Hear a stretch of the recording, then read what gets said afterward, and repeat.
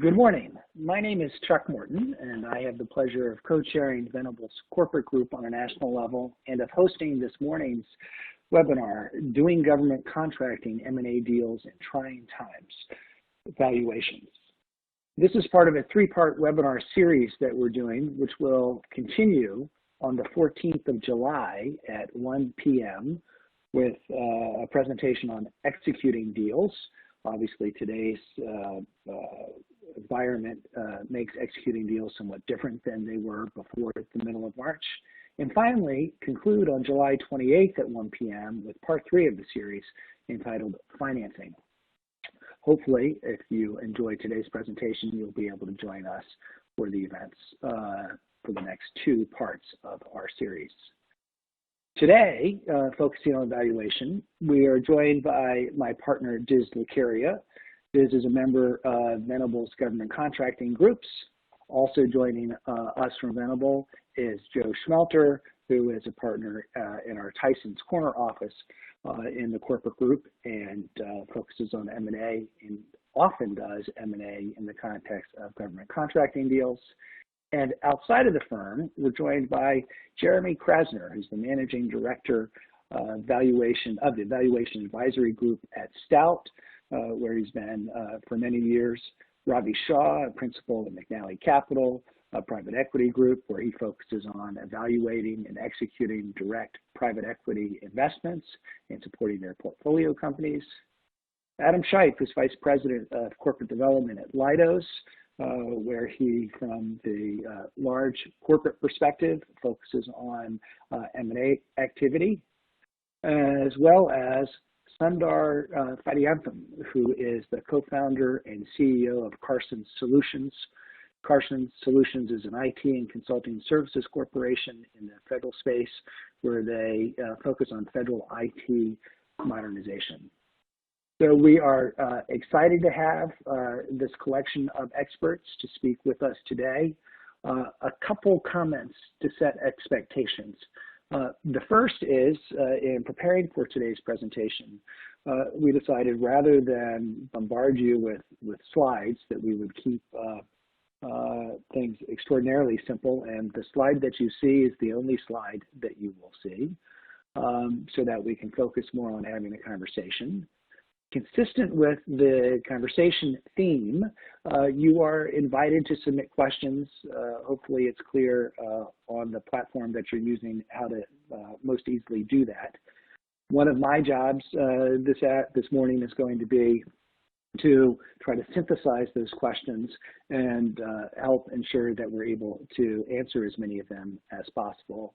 And then finally, I should point out that a recording of today's presentation will be available on Venable's website, and will be link to that will be emailed out, we think on Monday, but sometime after it's up.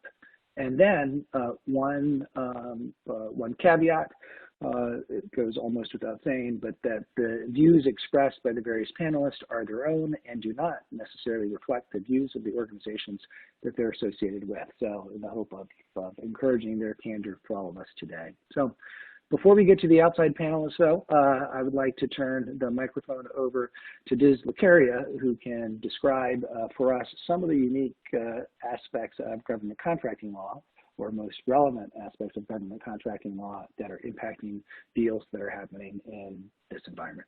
Diz? Thank you, Chuck, and thank you everyone for having me today, and thank you all for joining us today. Hopefully you'll find, as Chuck said, this first part in our 3-part series informative, and we hope you join us again in the future. As Chuck mentioned, I'm a partner in our government contracts group, and you know, this webinar, when we first talked about putting it together, obviously in light of COVID-19, and there are a number of kind of unique circumstances, I think, with respect to COVID-19 and how that's impacting government contractors. But I think folks can be heartened, and I don't know whether my panelists will agree with me, but government contracting, fortunately for my profession, is a pretty resilient business.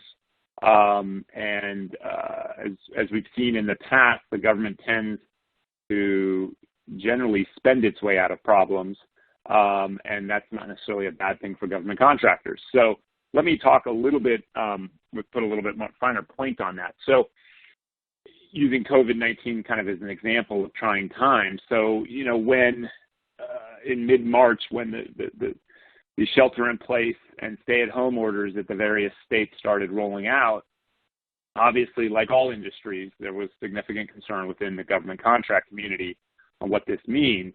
I think it's it's obviously a sad story in terms of where our economy, the lumps it's taken and the lumps it's continuing to take. I do think there's some silver linings to it with respect to the government contracting community, as it became clear that a lot of capability was still possible from contracts continued as is, and a lot of government contractors have continued as is, which is great. But there are a fair amount of government contractors that were impacted.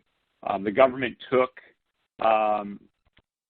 action with the CARES Act. There's the much publicized Paycheck Protection Program, which was one avenue of support that the government gave to all industries, not just government contractors, but to all sorts of industries, generally small businesses, with some caveats there. But the PPP was obviously one mechanism to help struggling businesses, including government contractors. The second was Section 3610 of the CARES Act, which enabled or allowed the government to pay companies, government contractors' workforce, even though they might not have been able to perform their work. So that obviously helped buoy government contractors as well during these trying times.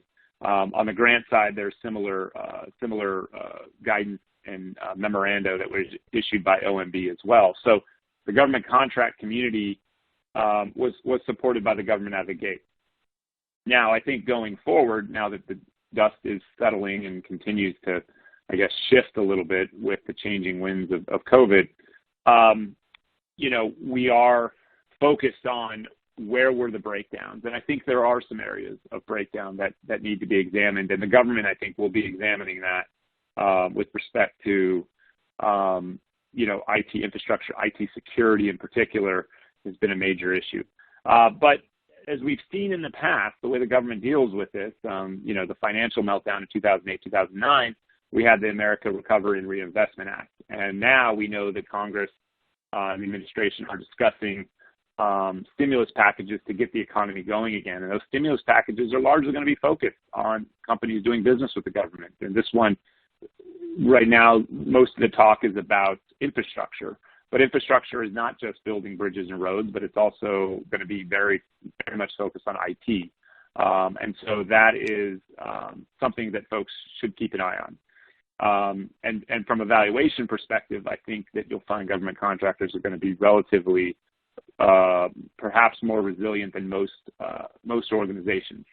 I mean, just think about it. The federal government needs to continue to operate. National security is obviously still a major issue, if not more so, at this time. And this has revealed some weaknesses in IT security that we probably knew were already existed, but this kind of brought the issue to the fore and made us all more acutely aware of those types of situations as people try to work from less secure environments.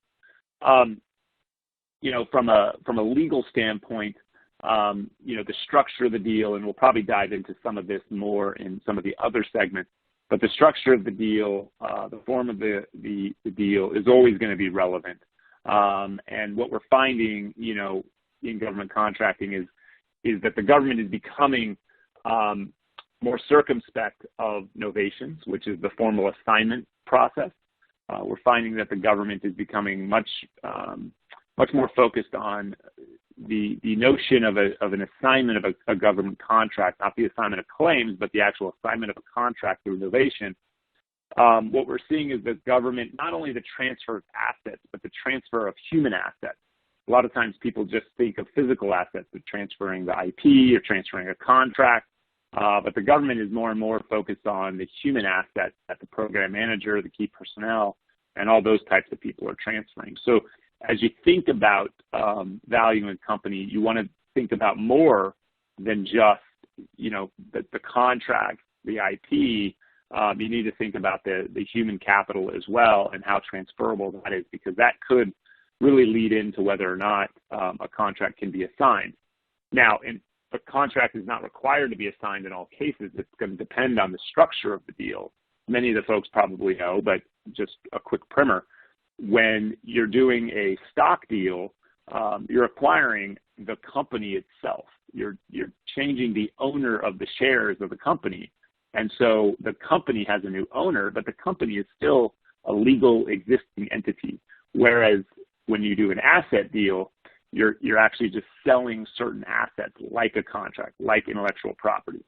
And so when you sell an asset, you're actually changing the party who holds the contract. And that's where the novation concept comes into play. On the stock side, it's not required. Novations are not required. Now, depending on the type of government contractor being acquired, there could be other notice and approval obligations. But from an assignment perspective, you need not worry.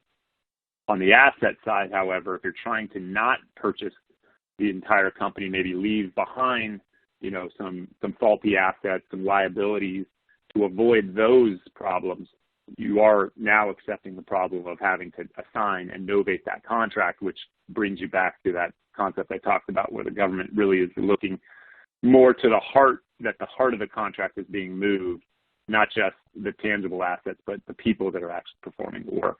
So those are all considerations that we think about when I'm speaking with Joe or Chuck about structuring a deal. These are some of the things that we think about. And as I mentioned, these things are probably more acutely aware, or the government's more acutely aware of these now in kind of these circumstances. So with that, Joe, I'll turn it over to you. Unless you have any questions for me, I'll turn it over to you to get our panelists involved. Great. Thank you, Diz, for sort of setting the legal landscape for us with those introductory remarks. Thank you also, Chuck, for your introduction of the program, of today's presentation, and of our panelists. I want to thank our panelists again for joining us this morning. And especially I want to thank all of you who are connecting with us this morning. I hope you find today's program and the series in general very informative. So with that, let's just dive right in. And Adam Scheipe, I'd like to start with you in talking about valuation. It seems that buyers and sellers are never really exactly on the same page when it comes to what a target business is really worth. Buyers are often lamenting that sellers' expectations are overly optimistic, maybe even unrealistic at times, and sellers often counter that buyers just don't get it, that they don't understand all of the drivers of a target's particular value and the full extent of its potential. And often, as a result of that disconnect, buyers and sellers are forced to come up with some sort of an earn-out to address that valuation gap. So without asking you to give away the Leidos secret sauce, would you mind giving us a little bit of insight into how a strategic buyer like Leidos goes about determining how much a particular government contracting business is worth, or what the range might be, let's say, in an indication of interest or an IOI that you might submit as part of a competitive sale process?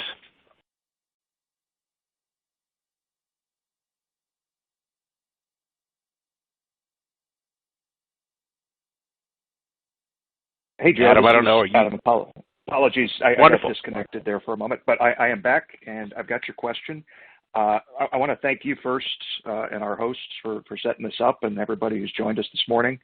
I think we've got a really interesting discussion to go through, and I love how Joe started the discussion using the word earnouts in his question. That brings up the fists and gets everybody's blood pumping from an M&A perspective. So a great place to start. Maybe first, valuation in general. So from a big strategic perspective, all the different large companies that I've worked for, be it EDS or CSC or CSRA, very short period of time at GDIT, and now at Leidos, are very analytical when it comes to the definition of value. It's a mathematical exercise. It's an exercise where we focus very much on our shareholder and determine mathematically based on a forecast, based on synergies, both positive and negative, how much value we can create for our shareholders in a deal. So the valuation itself is a mathematical exercise. We work very hard as we're briefing internally and explaining value to the executive team, to the board, and other stakeholders, that there is a big difference between valuation and price. So they're two very different things. Valuation is a mathematical exercise that takes into account all the information you have to figure out mathematically what kind of value you can create for an investor. Pricing is more a qualitative undertaking. It's an understanding of what the competitive environment is with other potential buyers, and how do we know that they act, or how do we believe that those other potential buyers, the competitors, will act in the deal. There's the question of, are there alternatives to the target? So, if we can't get one particular asset, can we find another? And if we can't find another, do we need to maybe give up more value to achieve that transaction? And then, very importantly, for a large public company, and this will be for everyone who has an investor, and everybody does, but even more so for a large public company, there's the question of, what are the investors and the Wall Street analysts going to think of the deal? The last thing you want to do is do a deal where your math comes up and says you can create $200 million for a shareholder, and the reaction from the market is, your share price goes down $3 million on a $150 million share base, and you've just lost a bunch of money, and you hope to make it back, as you explain, over time. But that reaction of an immediate destruction of value is one you want to avoid as a public company at all costs. You've had a bad day if you have that result. We've been really lucky in the last two larger deals we've done. The market's reacted well to them. We'd like to think that's because of the way we positioned them and that they were really good deals and so forth. There's probably a bit of luck in that, as well as there is with any M&A endeavor. On the subject of the price disparity between what a buyer expects to get and what a buyer wants to pay and what a seller expects to get, the most important thing is not to kick that discussion down the road. The best sell-side advisors will sit down with their client and have an understanding with them of what success looks like in advance, so that there's an understanding from the buyer on what is it I want to get, what is it I need to get out of this deal, and when I see success, can I go and grab it? The less successful, in my view, sell-side advisors are the one who go to their client and says, we're going to hope somebody's going to be stupid, somebody's not going to understand, somebody's going to overpay, and we're going to get you, some massive spike over what your business should actually be worth. Those are the processes that often fail and end up with another advisor 6 months later. So the important thing, though, is that the buyer and seller come to a very early understanding of price. And it doesn't need to be the exact, we're going to pay X dollars for a business, but understanding whether there's a huge gap. And if you do that early enough, one, folks don't waste time where there's 100 or 200% gap. But two, if you have to go to a creative structure where there's a particular risk in a business or something that maybe warrants, and I would suggest that 98% of transactions don't warrant a contingent consideration component, but there are cases where they do, where that's something that's discussed early, and it's something the buyer expects and wraps their head around, and it's something that the buyer and seller can work together to outline and define in a very, very crisp way, such that each party goes in with eyes wide open, with as little ambiguity as possible. As a buyer of businesses, we look at it and I say, if I put a contingent consideration structure in place, it's very likely that the most important person in that business, the person with the customer relationships, the person with the technology capability, may be the person who is the beneficiary of that earnout. And what I have to think about is, what happens if that earnout isn't earned? What happens to the business if that person with the relationship gets disgruntled because they didn't get what they expected, and then 2 years down the road when the earnout comes due, that person leaves? What am I left with? Am I left with a business that still runs, or did I just spend less money than I wanted to, but more than I would have wanted to on a business that's broken? So the key is to have very crisply defined intentions when you have to go to contingent consideration. Have the discussion as early as possible, such that it isn't, a crutch for folks who couldn't come to a deal otherwise at the end. And make sure you've set yourself up for success. I've seen some earnouts succeed. I've seen more earnouts not succeed, and I've actually seen people go to jail over them just because there are differences in opinion and people act badly when there's a lot of money at stake. So those are my thoughts, Joe. That's great, Adam. Thank you very much. And that distinction between value and price, I think, is a very interesting one. Just a quick side note on earnouts. I remember we did a live presentation here at Venable one time, and a gentleman in the audience raised his hand at the end of our earnout discussion, and he said, I've been involved with 3 of them, and only one was a success. I was involved as a seller, and the buyer was always trying to poach my people and bring them over to other projects, and I wasn't able to hit my targets and came up short, and that didn't feel right. And I was involved with one as a buyer, and we wanted to integrate this business, and the seller had his head down and just wanted to make those numbers, and so it really delayed our integration. And we were curious as to the third one that was a huge success, and he said that was because he was an expert witness in a litigation. He was getting paid daily to talk about earnouts, so that was the difference there. One quick follow-up question, Adam, before I put the same question to Ravi Shah with McNally Capital, and that is, I'm curious what your view about quality of earnings or Q of E reports is. Seems to be currently in vogue for the target company and their advisors in an auction process to provide their own sell-side Q of E report as part of the materials that interested buyers receive. And I'm curious whether you see any value in those reports and whether you always commission your own Q of E report using outside consultants and advisors. Yeah, it's a really good question, and you're right. I'd even say most deals that we see now when we get into diligence, there is a Q of E.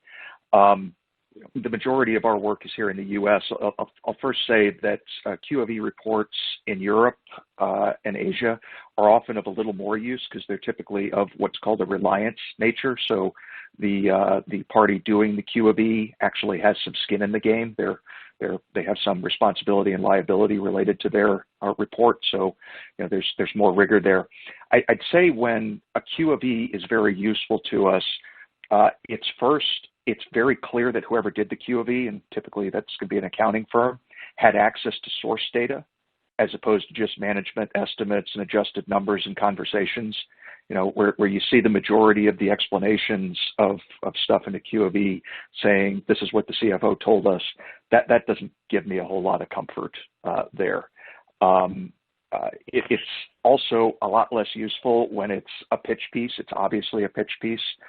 You've got charts in there showing the company against its competitors, and it's miles above them in every possible category and so forth. Those, are a fun read, but not overly useful from a diligence perspective. When they're really well done, and when the accounting firm has access to the source data, access to ask questions, and very importantly, enough time to actually do the work, then they're useful. We still would bring on somebody, another accounting firm, to help us review that data and compare it against diligence data, and it would serve as an accelerator for us. We probably wouldn't commission our full Q of E if we had access to a good one. So it would be something that would probably save us a couple weeks if we had a really good one. If it's a pitch piece, it's fun to read. Great, thank you. Ravi Shah, McNally Capital, next to you. As a private equity firm, McNally Capital has a somewhat different constituency than a publicly traded buyer like Leidos. So how do those differences translate into your approach to valuing the types of aerospace and defense-related businesses that McNally Capital invests in? And again, please understand that question with the same caveat that applied to Adam's response. We're not necessarily asking you to divulge any trade secrets around your diligence process. Just curious about how a private equity firm like yours goes about determining value or price or both in an auction process. Yeah, so I think we benefit quite a bit from who we are because we're a family-backed private equity fund. And I think that means that we tend to view our investments and valuation generally really through two lenses. That of a family office buyer as well as that of a private equity fund. So, I think that if you, one of the lessons you'll hear the McNally family or some of the other families in our network talk about with their experience in privately held businesses is just that about discipline. So I think many ways to us, valuation is a discipline, and it's reflected in how we approach it. So as a general matter, we tend to start with the fundamentals of the company, and then we view that valuation in the context of the market, not the other way around. And so what that generally tends to mean is that we like to standardize as much as we can in our valuation process upfront. And I think that's especially true in banker-led processes where information flow at the beginning can be somewhat limited. And then we will take that valuation and view it in the context of the market. And based off of that, we may adjust it up or down due to short or medium-term market considerations. And so, our model is, largely focused on partnering with founders, owners, and management teams to focus on growth.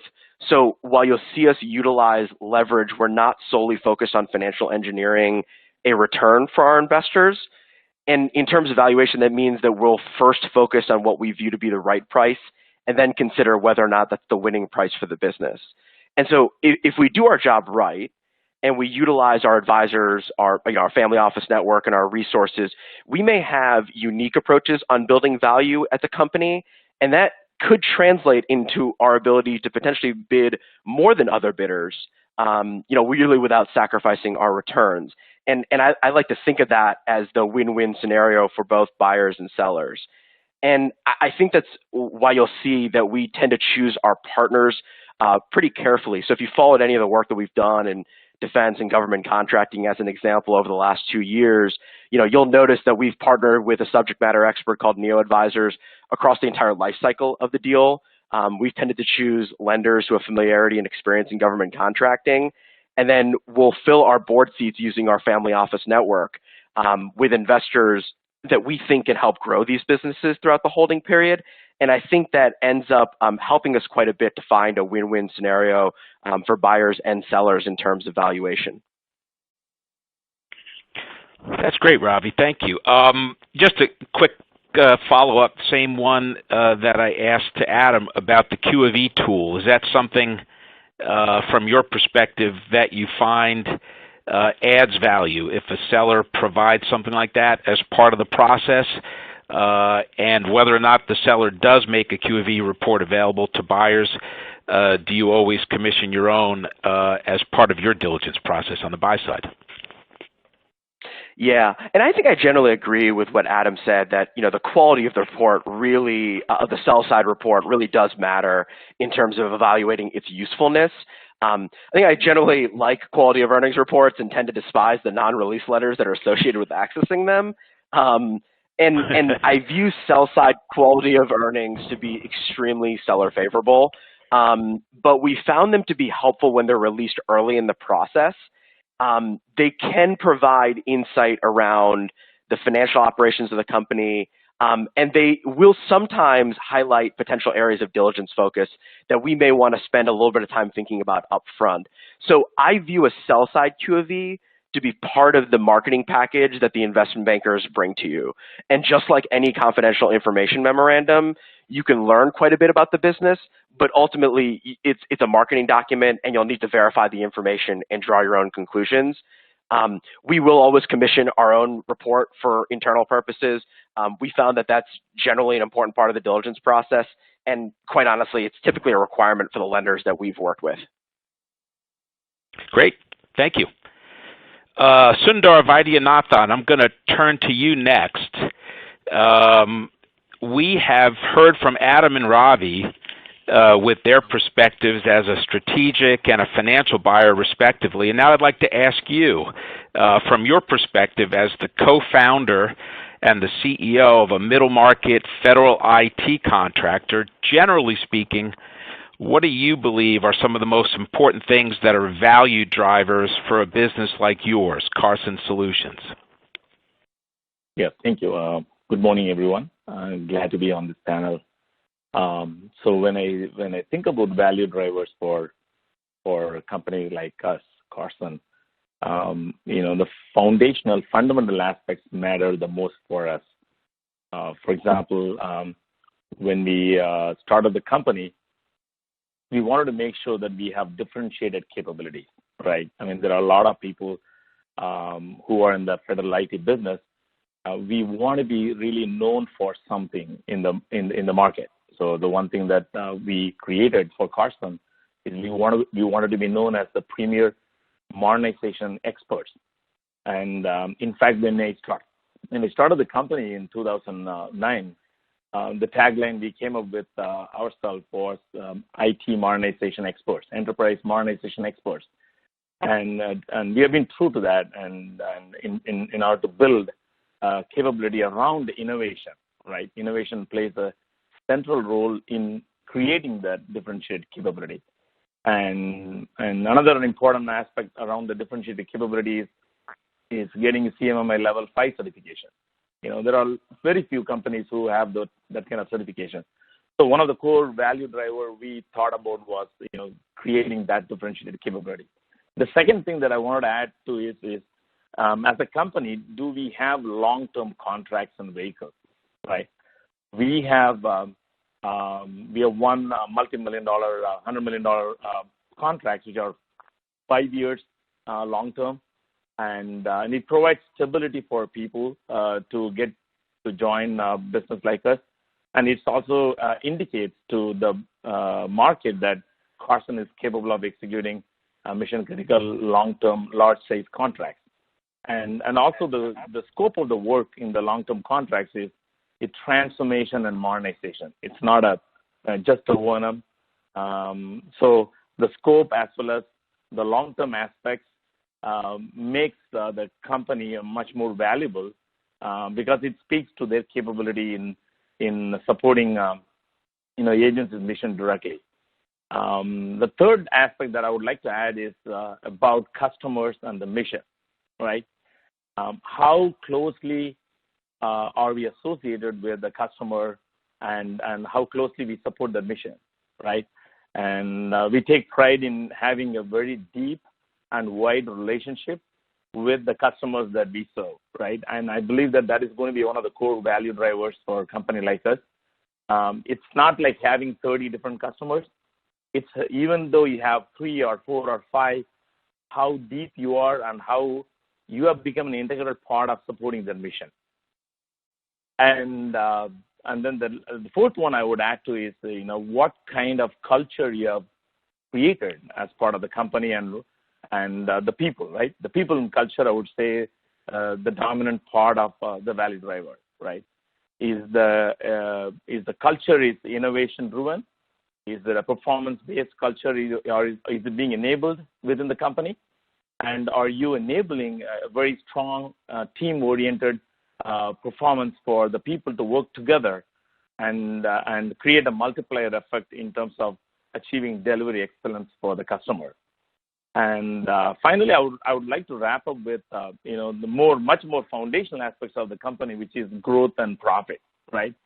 And we take pride in growing Karsun from nothing, zero to probably $100 million company this year, in 10 years, right?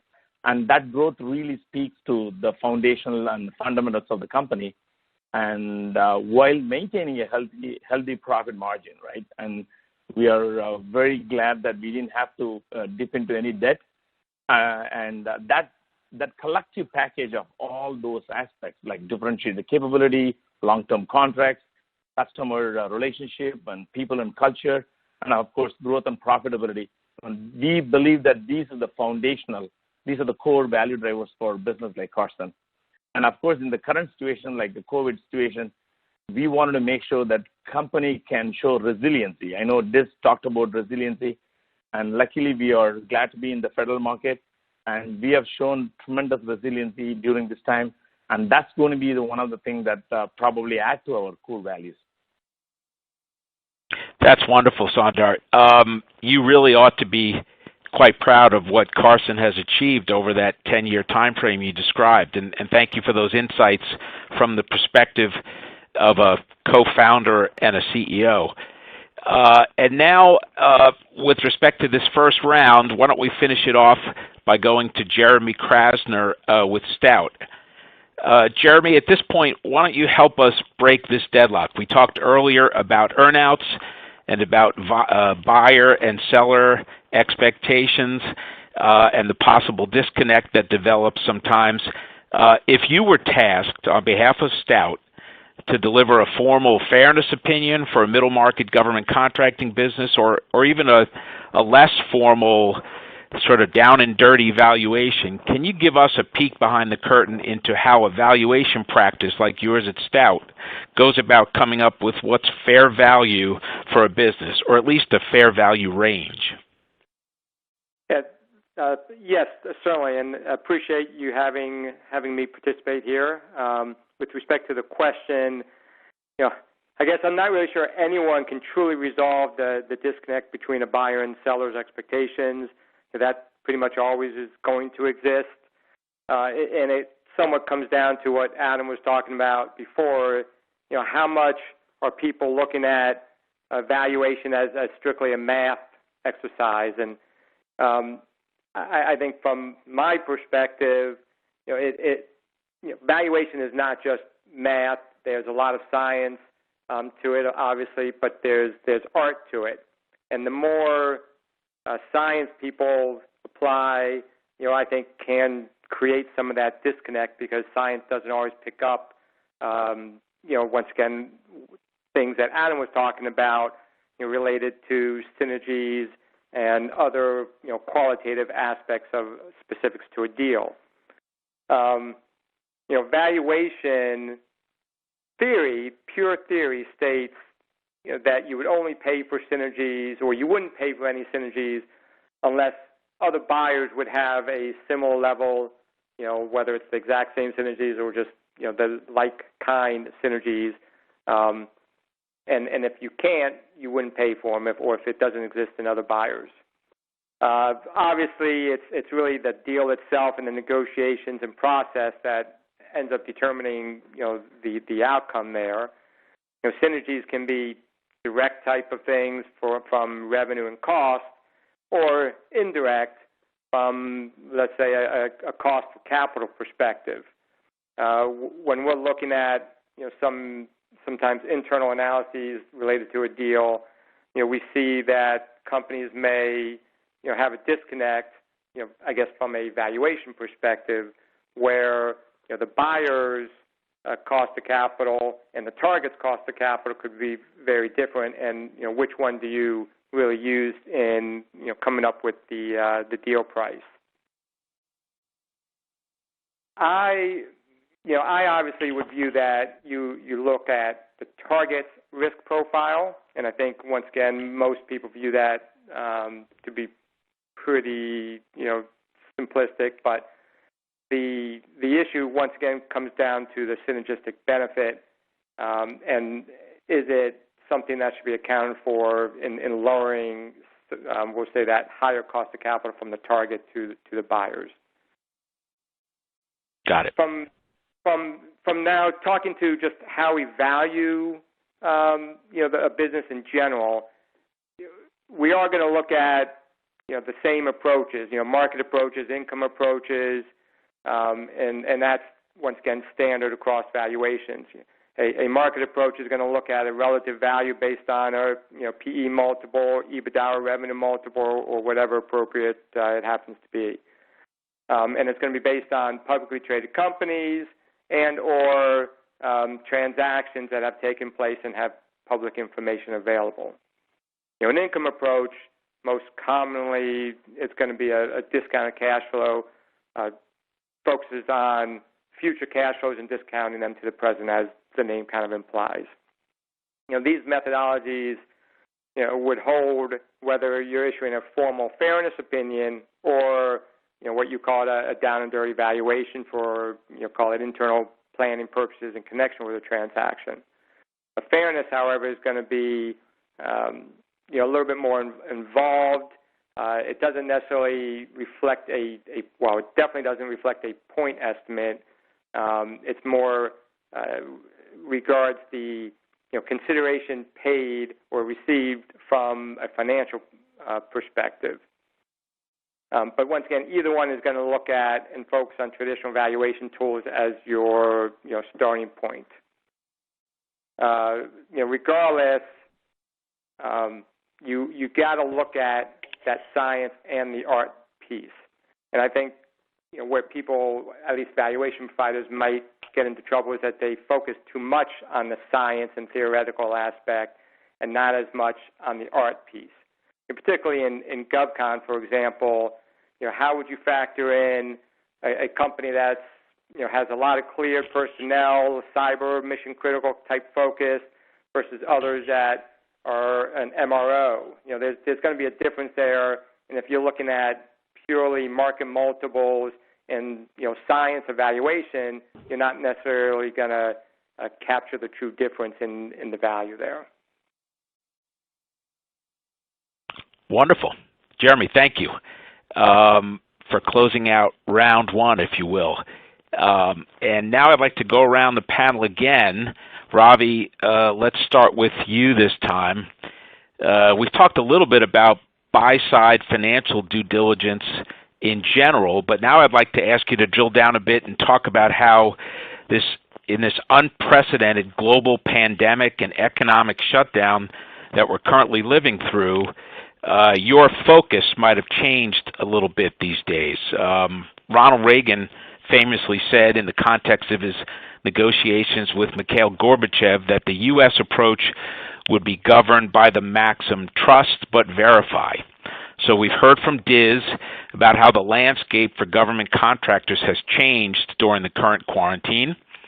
If McNally Capital today were to hear from a target ownership group that notwithstanding the challenges that Diz described, their business nevertheless was not experiencing any significant headwinds and that its future, both in the short and medium term, was still a bright one, what are the kinds of factors that you would be paying particular attention to during due diligence to do the kind of verifying that President Reagan spoke of? Yeah, and so I think that there is one easy answer here, which is that we're just beating up our projections more than normal right now.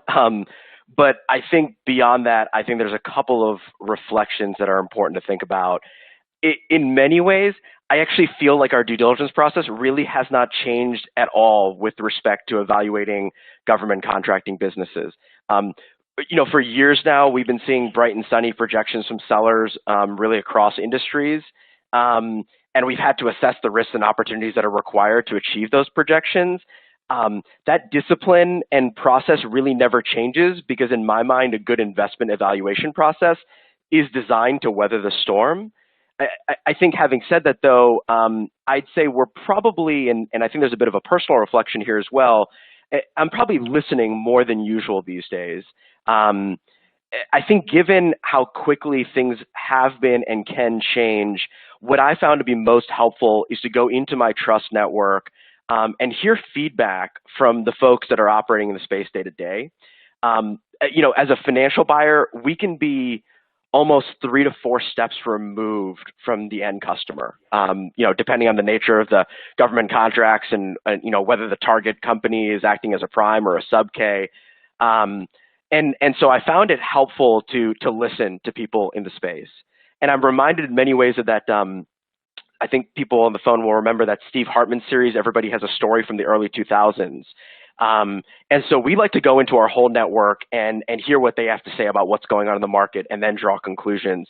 And that's inclusive of the bankers that traffic in this space. It's inclusive of the lawyers, hey Diz, our advisors, our portfolio companies as well. Everyone has something that I think that they can provide that may not be directly actionable, but can help you understand what's going on in a pretty quickly evolving landscape. And so in many ways, I think what I think about is that context matters, right? So one of the lessons is that you have to get to the core of what is driving a target business. Because if you can understand the fundamentals that are driving that business, then you can go from knowing the business to really knowing it, right? And if you know a business, then it's much easier to view its current state and its potential future state in context that's developed from the ground up. That's sort of my reflection on what we've been experiencing through this crisis and looking at deals. Thank you. That was great. Adam, same question to you as I just posed to Ravi. What's different now? How might the focus of your buy-side valuation differ from, let's say, a year ago before we're in this current nightmare that we're in?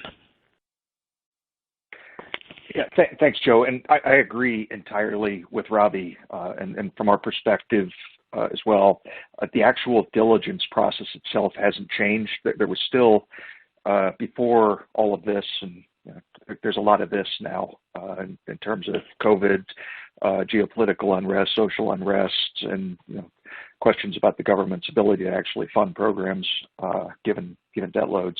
The rigor is still there. We're still running the same process. We're still using the same playbook. We're probably spending more time on strategy and thinking about where we place bets and how those bets are influenced by these number of black swan events that we've seen. It really depends a lot on the type of deal, whether it's a U.S. only deal that has international components to it, if it's a healthcare deal versus a national security deal. But generally, we're spending a lot more time thinking about resilience when we look at diligence. From a funding perspective, when we're thinking about products, businesses, spending more time looking at the supply chain and not an assumption that the suppliers will be there to provide equipment for an X-ray machine, but actually going and doing the diligence to understand that there is that level of resilience in the supply chain. So more time spent there, given newfound concerns.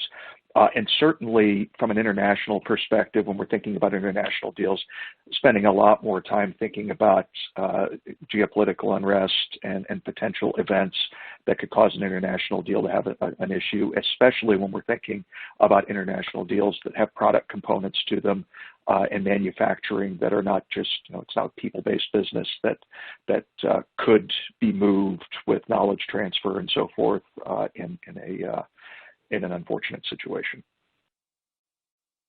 Okay, very interesting. Thank you, Adam.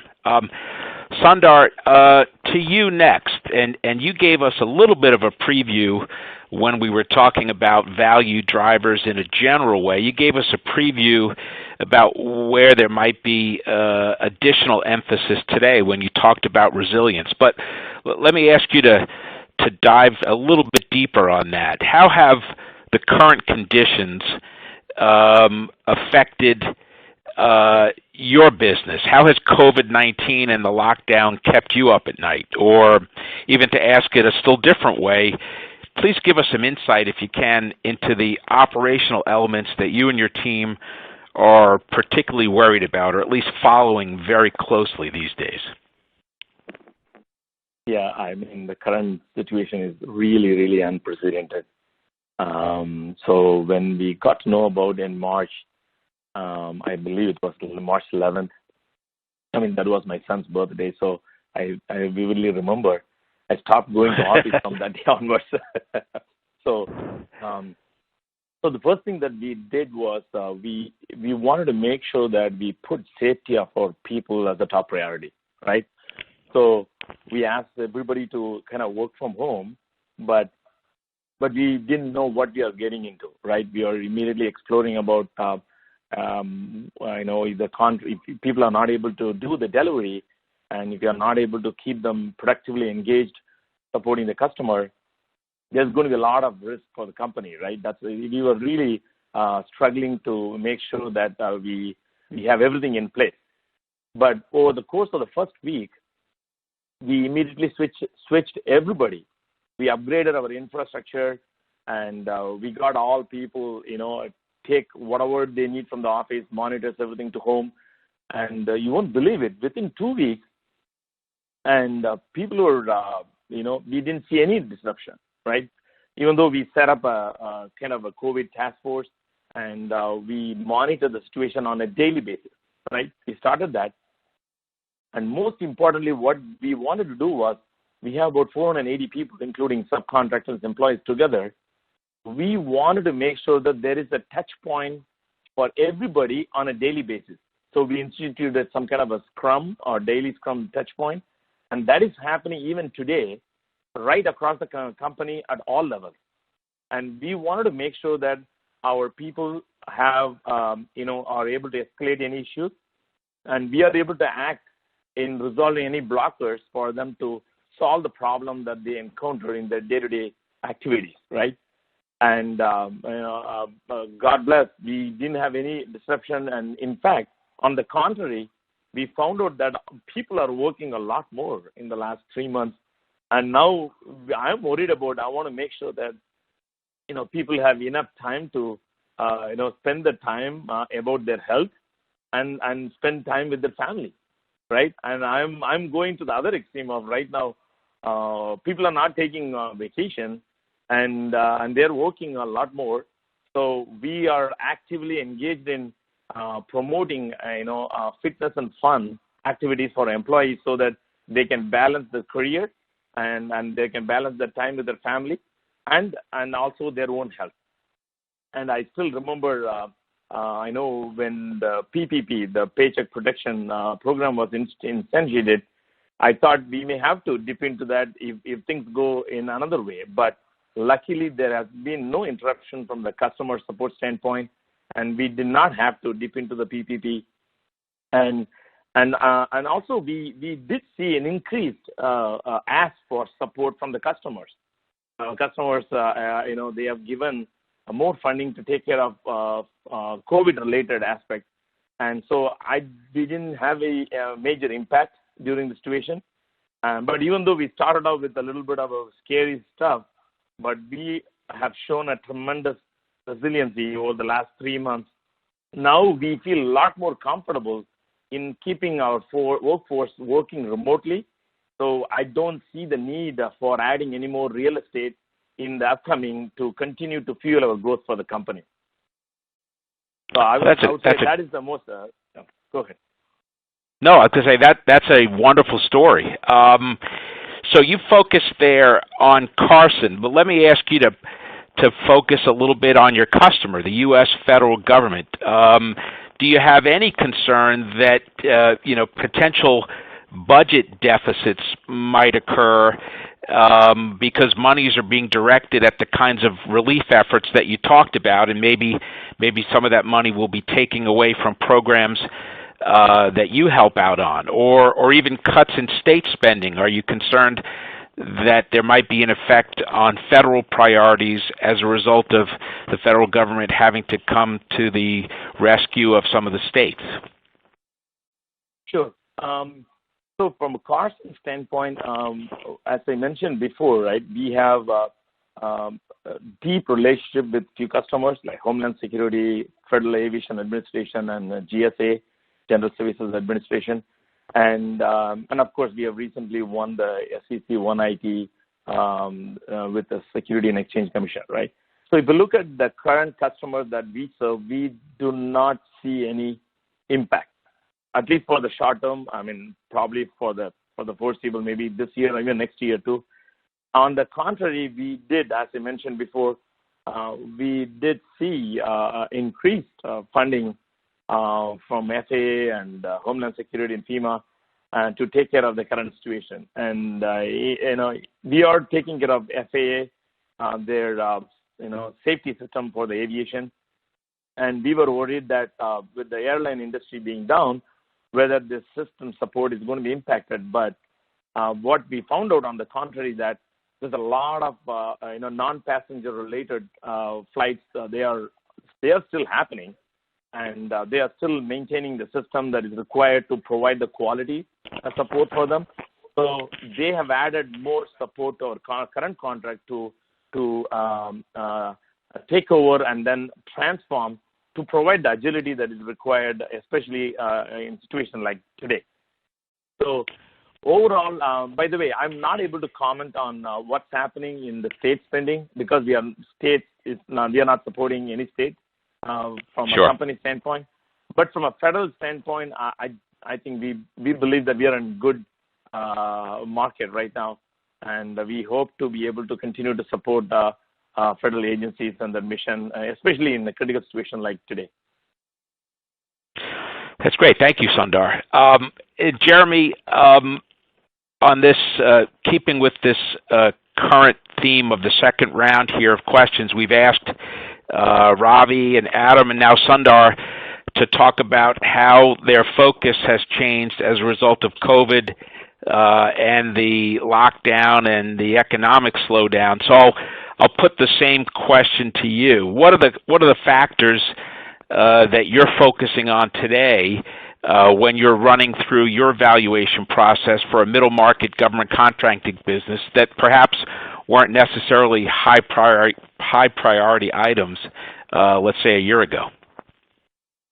Yeah, well, consistent with kind of what I've heard from the other panelists, we obviously always take care to understand the competitive positioning and, competitive risk assessment and doing, the same analysis. Now, that doesn't change, but I think you have to have a deeper understanding of the process that management has done. What rationale have they gone through? What analysis on their end have they done given the current environment? For example, in GovCon, have they looked at their waterfall and done a detailed review and revised it for rebids that might be pushed to the right? If rebids are being pushed to the right, there's a good chance that new opportunities are also being pushed to the right. Have they really thought about this on a contract by contract basis and looked at details and revised any of the underlying forecasts as a result? I think from discussions I've had with other clients and industry members, as we heard from Sundar, the businesses have generally held up well so far, right? But I think there is some, I'll call it at least concern or fears about next year and beyond. There are going to be higher budget deficits, and does that and will that, or how will it impact the business going forward? For those in the cleared space, getting people through that system right now is kind of dry. The process just isn't happening at the same level. So are you going to be able to grow at the same rate as expectations? All those things have to be thought through and incorporated into the forecast and business expectations. When you're looking at multiples from the market, I think in today's environment it's potentially very easy to get an apples and oranges type of comparison. So you often look at both historical and projected results there. If your data set of comparable companies, have a mixed bag of some that have reflected COVID-19's impact and revised forecasts and others that haven't, then you just have to be careful on which ones and how you apply it to the subject company. I see.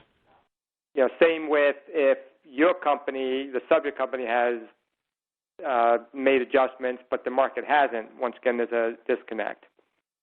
On the DCF specifically, have you considered is the recovery a V, U, L-shaped recovery? Each one of those might have a different impact on what the expectations of the business are. So should you be doing scenario analysis to capture that, volatility or variance in the market? With respect to the long-term growth rate, I think traditionally people have used 3% as the norm for long-term, perpetuity growth. And once again, given that all the market factors are lower and there's some correlation between those, is it appropriate to use that same 3% going forward? Probably not. With discount rates, one would assume that they're higher today. However, if you look at, once again, market rates of returns, risk-free rates and other rates, those are all down. So if you just blindly apply, once again, the science of it, you might end up with a lower discount rate. Does that make sense? There are ways to think through that and make adjustments, whether it's a market premium that's applicable or whether it's a company-specific risk premium that's applicable. You just need to talk through those different items and take a little bit more care in figuring out how to apply, the standard tools that you have. And finally, I guess the last point, you just have to always take a step back, make sure you're not double dipping anywhere. You don't want to hit the forecast, hit the discount rate, and come up with a number that doesn't make sense. So always taking that, once you've looked, put everything through the tools, stepping back and making sure it makes sense. Got it. Well, thank you, Jeremy, for sort of closing out round 2 there. I'm going to put in a plug here. We do have a couple of questions that have been submitted through the Q&A function. I think we've got enough time for me to go back around the panel one more time to sort of close out our discussion and yet still leave time for 2 or 3 questions. So if something's occurred to you during the course of those first 2 rounds of questions that you'd like a follow-up on or a more detailed answer, now's the time to submit your question. My partner, Chuck Morton, is monitoring those. And I'm going to go back through the panel one more time here and then try to leave 5 or so minutes for Chuck and those questions you've received. So thank you. Jeremy, we've made you wait on each of the first 2 rounds, so I'm going to ask you to go first this time. And I mentioned when we talked with you earlier during this discussion that your valuation team goes about doing its work in a way where you might be engaged in the context of an M&A deal, either to deliver an informal valuation or a more formal fairness opinion. And you went into a little bit of detail about that, but let's explore that a bit further, if you wouldn't mind. Could you explain to us the difference between the two, and also discuss, how a valuation practice like yours at Stout can be used most effectively in an M&A process? Yeah, sure. So, with respect to kind of the M&A process first, I think the valuation practices employed are similar across the board. But I think Ravi made a comment earlier, and it relates to really making sure that it's consistently implemented from one deal to another, and that's what hopefully advisors and others external really help provide is that consistency. Really making sure you look at the underlying details and that they make sense. The inputs make sense. The discount rate being used. I talked about that a little bit. The synergies and which ones should be captured and shouldn't be captured. Are growth rates and margins realistic in the forecast? Potentially even looking at the IRR implied by a deal and the purchase price, and if there's a big difference between the IRR and the underlying discount rate, maybe there's some disconnect between the projections and what the inputs are. So kind of an unabashed plug here. Obviously, hiring an external expert to assist with those helps with the process. Whether it's a pure valuation or an official fairness opinion, it helps the board, and it provides call it an extra layer of comfort. So with that, a little bit of detail between a fairness opinion and valuation. I'll talk to really what a fairness is, and hopefully that highlights some of the differences. As I mentioned before, there's more processes involved both on the front end and the back end with a fairness opinion versus traditional valuation because of the risk involved. You want to. I also want to highlight a couple things about a fairness, right? It's protection to the board, and it helps them satisfy their fiduciary duties. It essentially is assisting them in acting in an informed basis. It is not a point estimate of value. It once again is the relative, whether or not the consideration is fair from a financial point of view. It is also generally a very brief letter, and there's a detailed analysis behind it, but it's a letter that's officially issued, and then a presentation to the board. It does not provide any underlying rationale for a transaction. It does not provide a recommendation. It doesn't necessarily mean that that's the best deal either, right? It's just looking at a specific deal on the table and whether that deal is fair. There might be one that's higher out there, but for one reason or another, wasn't accepted. Traditional valuations are going to be a range or point value, and it's going to be an official opinion of value versus talking to the deal specifically. Hopefully that answers the question. It does, yeah, very helpful. Thank you. Okay, if I can squeeze in one last question for Adam, Ravi, and then Sundar, I'll do that and then turn it over to Chuck with respect to any audience questions that have come in.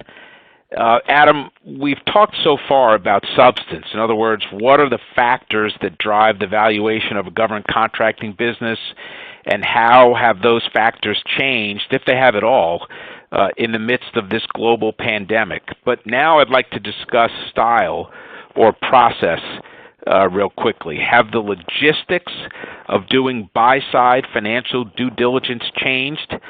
Virtual data rooms have been the rule and not the exception for several years now. But tell us about the process of turning over that data that you're taking in and discussing it and evaluating it among your colleagues and your advisors. Is there a collaborative element that's missing when you're not able to sit across from someone and toss something back and forth?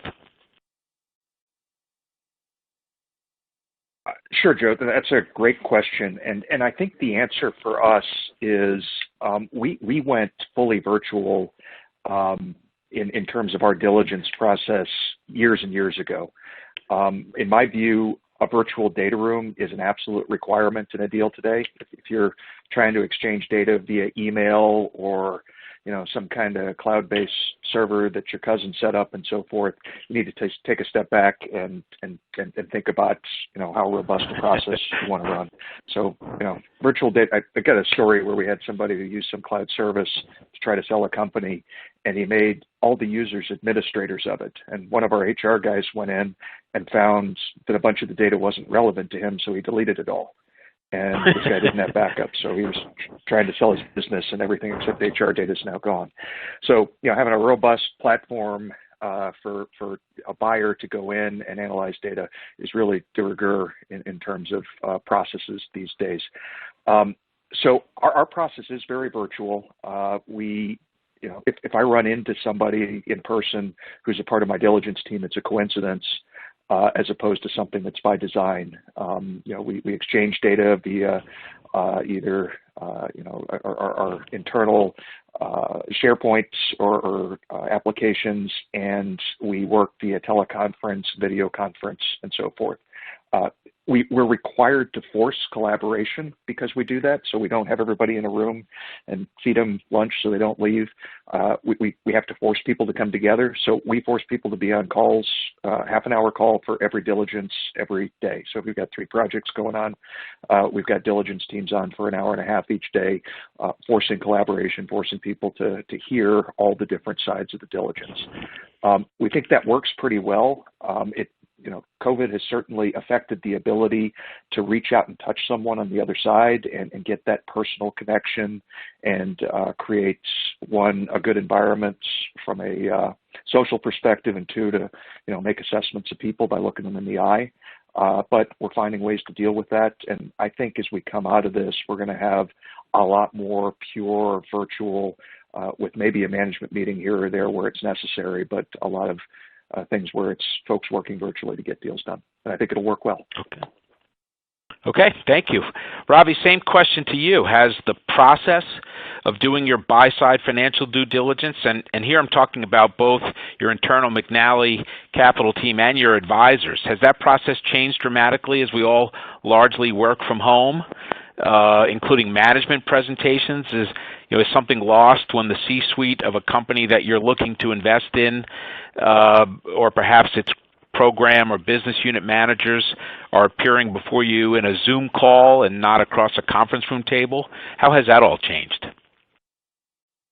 Yeah, I think quite a bit has certainly changed, and a lot of those tools, and I'm thinking about virtual meetings and Zoom calls, have been a bit of a double-edged sword, right? So I think one of the lessons I've drawn is that virtual meetings can be an important tool for the toolbox. I'm not sure that they're appropriate for every situation. There is certainly something lost from a virtual management presentation. They generally feel much more formal in nature. I can hear the investment bankers in the audience rejoicing right now around that. But I would say that quite a lot of the human connection is lost, right? I can remember the first personal conversation I had with every CEO and CFO that I've met for any of the portfolio companies that we have. And I certainly found that the little conversations that take place in a conference room when you're breaking for lunch, the quiet conversation at a management dinner can go quite a long way for building a partnership with management teams. And a virtual presentation just hasn't been able to make up for that connection. I think nonetheless, we've used virtual meetings as appropriate to substitute when needed. But for me, a lot of the focus is just on building trust, and that's an uphill battle, right? So I like to think that trust is the first dollar that I spend on a deal, and it's the last dollar that I see returned. It's hard to build. Strategic conversations are well suited in my eyes to substitute for virtual meetings. Working remotely, as an example, that's probably the best you're going to do.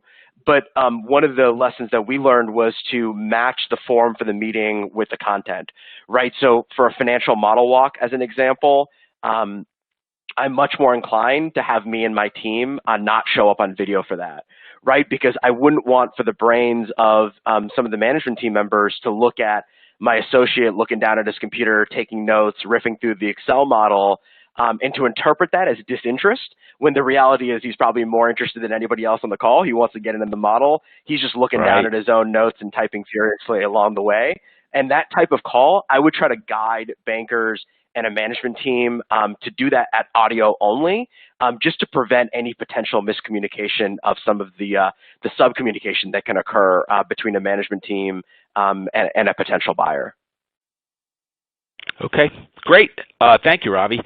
Sundar, why don't you finish this discussion for us? You explained earlier what you believe were the key value drivers for a business like Karsun, both generally and also during these trying times we're in right now.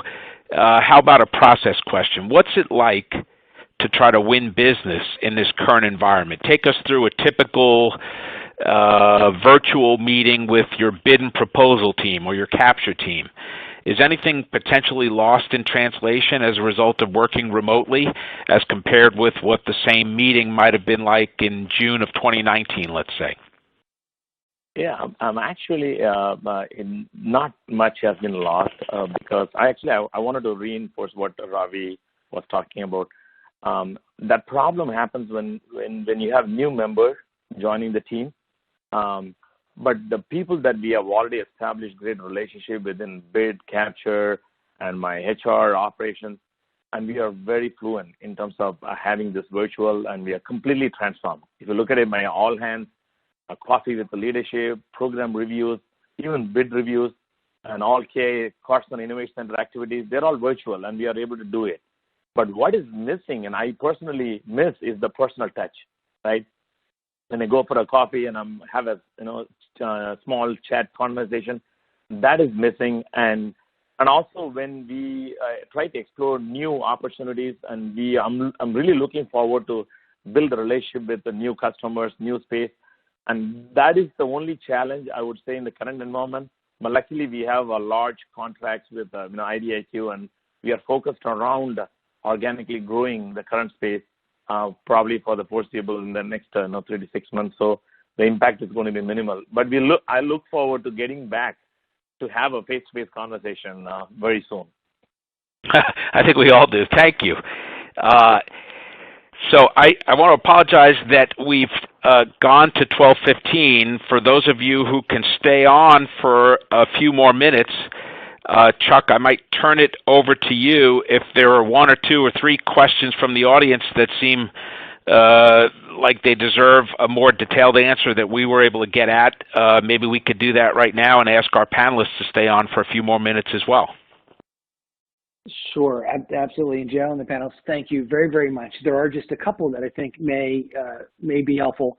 One comes from the investment bankers who I think it was Ravi suggested were celebrating his comments. And just to put an exclamation point on that, the question was asked, do you think you could see yourself buying a company without ever meeting the target's management team in person? And why don't we start with Ravi? Yeah, I was worried this question may come up. I guess what I would say is I'd like to believe that that's the case. I realistically don't. I'm not sure if we could get all the way there virtually.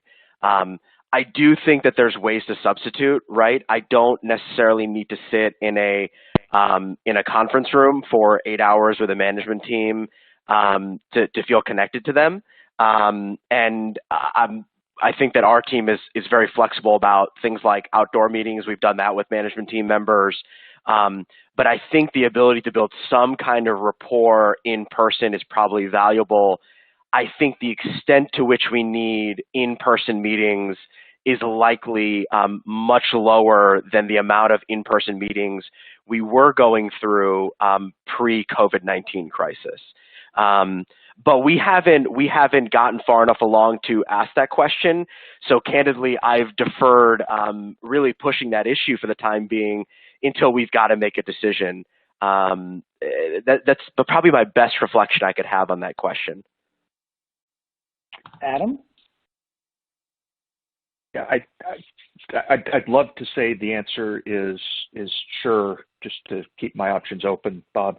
But I think the answer is probably no. The businesses we're in are largely people businesses, and you're counting on a management team to come in and help grow what you're buying. So I think it'd be tough to do that. Do you need a formal 4-hour management meeting with a shiny presentation in front of you? The answer is no. What we've approached it by having folks go on a walk together.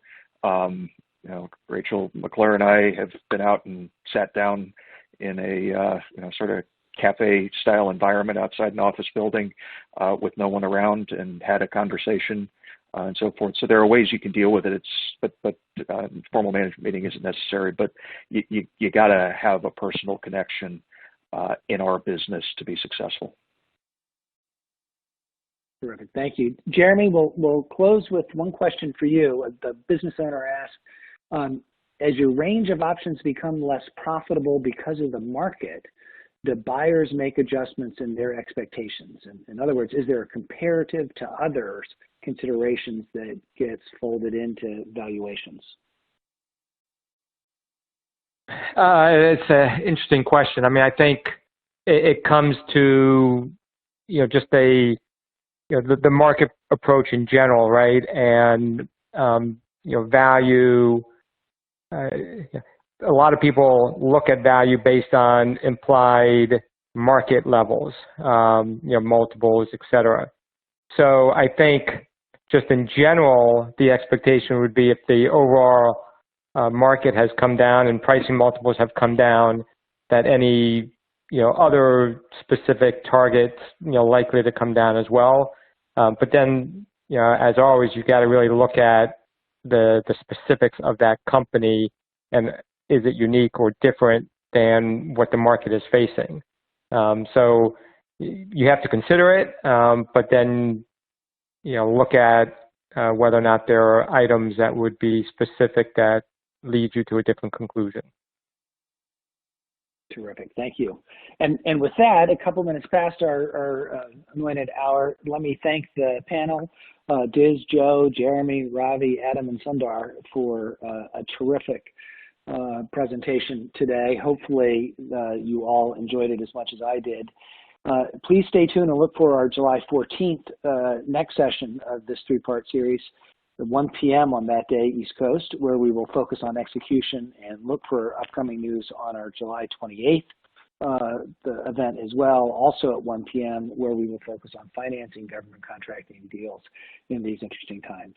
Again, thanks to the panelists. Thank you to each of you for attending, and